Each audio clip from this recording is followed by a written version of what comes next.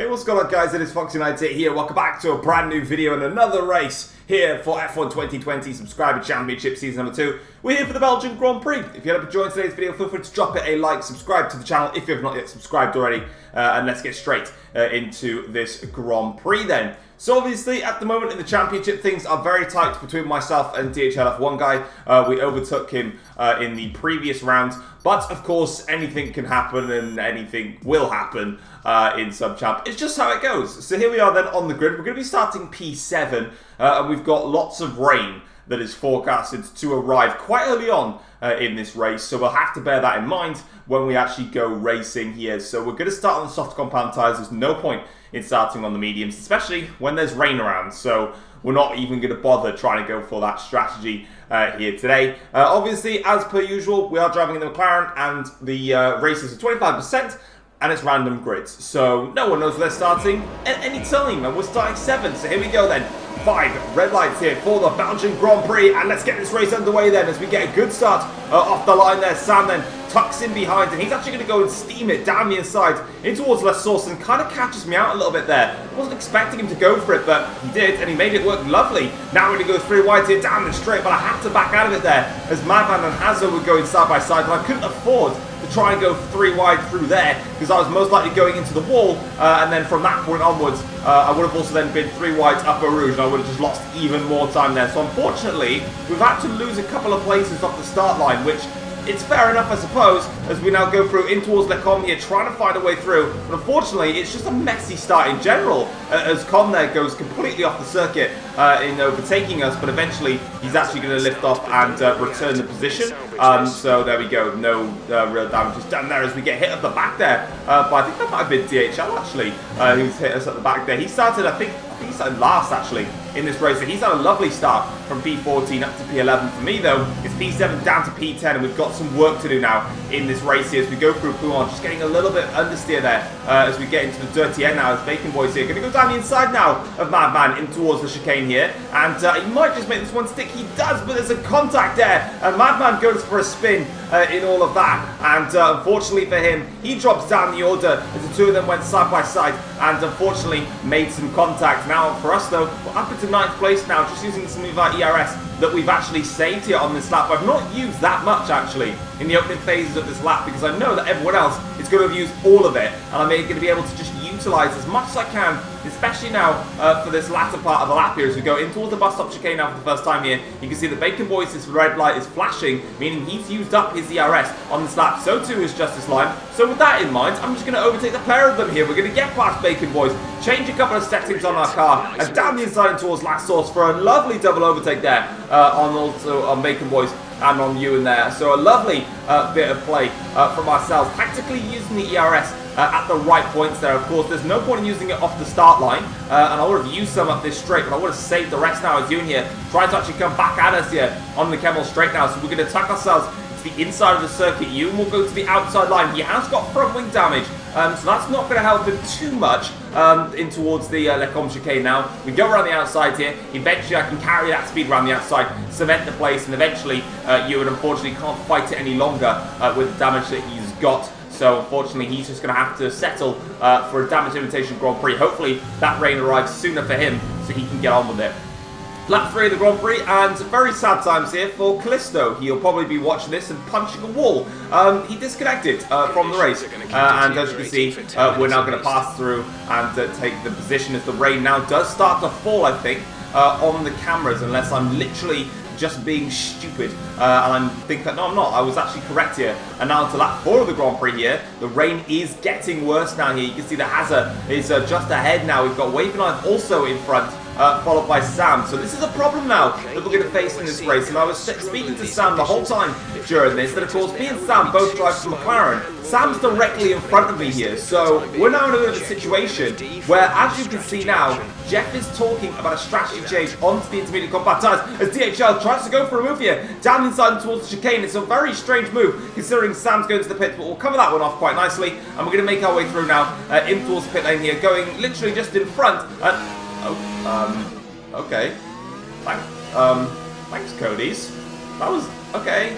Sure. I mean, our Ghost was technically in front of DHL F1 guys goes, but the game just stopped me and said, no, you shall not pass, and just stopped me on the pit lane entry there. So, yeah, I mean, this was the problem that I could have had. Now, I could have stayed out a lap longer, obviously, and avoided, well, I wouldn't have known about the DHL F1 guy going for a move down the inside. What I'm entitled to, I thought I defended the position. Clearly not, and the game was like, do you know what, mate? Up yours. So that's that.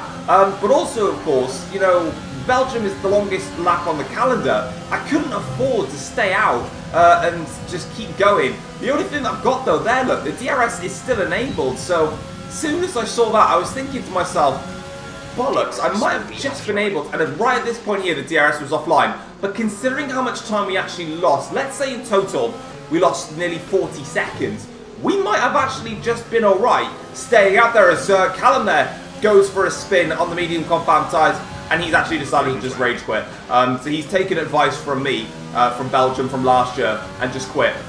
So fair enough. And as you can see now, we're just onto the back of Bacon Boys here now, losing some time here, so I'm just trying to find a way to see if I can sneak past now. Feeling quite comfortable, actually, in the wet weather, as we now try and make a move round the outside here, but unfortunately, we actually get the car slowed down. We're going to set ourselves up, though, for a run here on the exit now, and that's exactly what we're going to do here, getting the traction down nice and early. That's a lovely run here on Bacon Boys, and we're now ahead of him and into 6th place now. And this is what I was talking about in terms of getting held up here. As we go through towards turn 1 now here, Wavy Knife has actually come out in front of us. Now, granted, he's 2.4 seconds, or 1.9 seconds clear.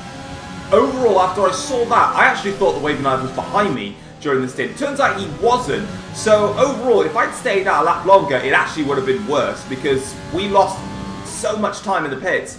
Wavy Knife is only 1.2 seconds clear as we've got a yellow flag in front, and unfortunately that is for Sam, our teammate there, spinning around in towards Kuo, losing the back end. Fortunately for him, he didn't take any damage from that. He just spun, which is a real shame.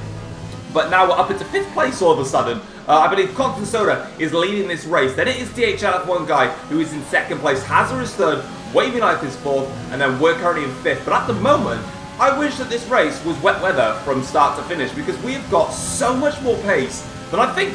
I'll take a guess. I don't know what DHL F1 guy is up to, but the rest of the field, we've got so much pace right now. That gap to Hazard was 6 seconds. It's down to 2 seconds in a matter of laps here as we try and go for a move here on Wavy Knife, but being a little bit clever here and once again doing the same move. I can outbrake all of my opponents into the chicane, but just to the point where I can look like I'm going to the outside and making a move around the outside, but I'm not. I'm going to do it again here, down towards that source. Wavy Knife tries to cover me off, but we slow the car down a little bit easier than what he's done, and sign me up for SBRL season number 2. That's not happening, by the way. But yeah, sign me up for it, and we make the move on Wavy Knife with a lovely switch back in towards last source. I'm going to have to be careful though, because going down the Camel Straight here, he's only 3 tenths back, so he can get onto the back of us here and make a move stick. But as you can see, I figured out that he wasn't actually using any ERS. Maybe he wasn't even using any fuel. So in the end, I turned off all of my lovely energy boosts and got on with it. You can see DHL there is 6.4 seconds up the road. So you can kind of see that we're sort of matching each other. So potentially not as fast as him. But as you can see, we have caught up to Hazard now, 3rd place here. We're really motoring now in this Grand Prix, doing everything we can to just recover in this race. And as you can see, going up Eau Rouge and Rayon now, that's a lovely run from us, and we're onto the back of Hazard now, onto this back straight here, and now we're going to move over to the inside line of the circuit, go side by side with Hazard down the straight, getting very close there to making contact wheel to wheel there. We go down the inside in towards Lecom here, and we can claim the inside line, and we make the move stick, and crucially, with just 2.5 laps to go, Constant Soda has a 3-second time penalty, and the gap is 6 seconds. Now, I knew that I had a lot of pace here, but like I said, probably not enough to catch DHL F1 guy, who's actually overtaken Constant Soda. But onto the last lap of the Grand Prix here, Soda now has 6 seconds worth of time penalties, and unfortunately, he just struggled as the race got into the full wet conditions. So as we go now in towards the Bastop chicane here, it's going to be another win for DHL F1 guy as Soda misses the braking zone into the last corner and picks up yet another time penalty there to unfortunately bottle his podium place. But it's the win in the fastest lap for DHL F1 guy. But for us though, it's 2nd place. And after everything that went wrong pretty much in the race, I think we just made a very nice comeback. And I'm really, really happy with that. Like I said, I'm not looking to be the outright fastest and be champion and blah blah blah. I'm just looking to have some fun, and those type of races despite the fact that things went wrong during that and it wasn't like a clean race, should I say, it was just a lot of fun and I just really enjoyed myself. And as soon as we pitted for the intermediate compound tyres, I was just able to, it seemed, looking back on the footage compared to the other drivers, it just looked like I had a little bit more confidence under braking to brake that little bit later. And then also on the traction, coming out of the corners, I again just had that little edge, especially when I overtook Bacon Boys and Wavy Knife. Now, Bacon Boys was a nice, easy setup on the start-finish rate. Now, Wavy Knife was a little bit more difficult, don't get me wrong, but we still had the traction in all those areas. And overall, I think I had great pace in the wet.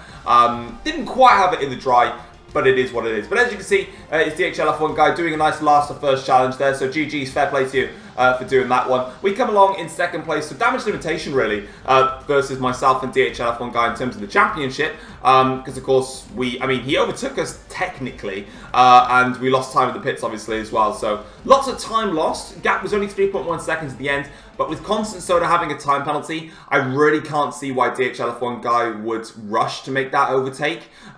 So I would say that that gap between me and DHL F1 guy is probably a little bit too close for what it should have been. But he can let me know in the comments or in the Discord where it is. But let's have a look at the championship though. So as you can see, DHL F1 guy now retakes the lead of the Drivers' Championship. We initially were at the front, but not anymore. He actually also keeps up his record of securing a podium in every single race so far. So again, big props to him with the consistency there. He's on 121 points. We are on 114 points. We haven't got a podium in every single race because unfortunately in Mexico we finished 4th with the fastest lap. Sam is in 3rd in the championship. He's on 67 points. It's now pretty much become a 2-horse race for the title, whether it'll be me or whether it be DHL F1 guy. By the looks of it, it's probably going to be down to who makes another catastrophic mistake in the next few races. Hazard is up to 4th in the championship on 61 points. Callisto 5th with 41 points. Wavy Knife is next with 31. And then we've got Tominator on 26 points. Unfortunately, wasn't able to make it for the race. Same with Azzy, who had a hangover, so he's on 24 points. I'm just going to expose him for that. I don't even care.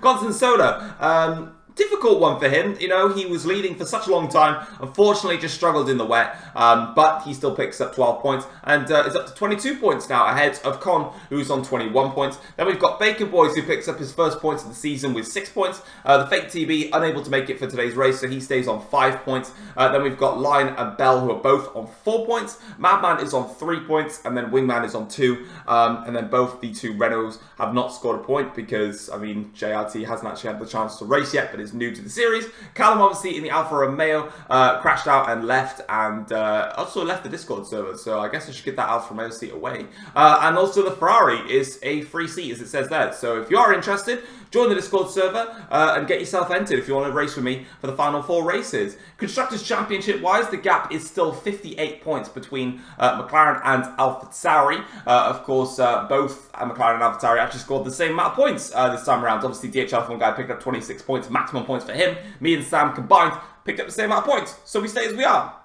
Williams are on 74 points and moved to 3rd in the championship ahead of Ferrari now. Red Bull closed that gap to Ferrari. They're on 55 points, Ferrari 63. Renault are on 36 points ahead of Haas on 32. And then we've got Racing Point on 27. Mercedes-Benz are down on 6 points. And then Alfa Romeo just have 3. But there it is, guys. That is it for Subscriber Championship here for the Belgian Grand Prix. I hope you guys have enjoyed the race. If you have, feel free to drop it a like and subscribe to the channel if you're around here as well. The next time it will be the Italian Grand Prix. So it'll be crucial to get a good starting position as DRS is going to be critical around that track. But for now, guys, I'm out. Take care all. Peace.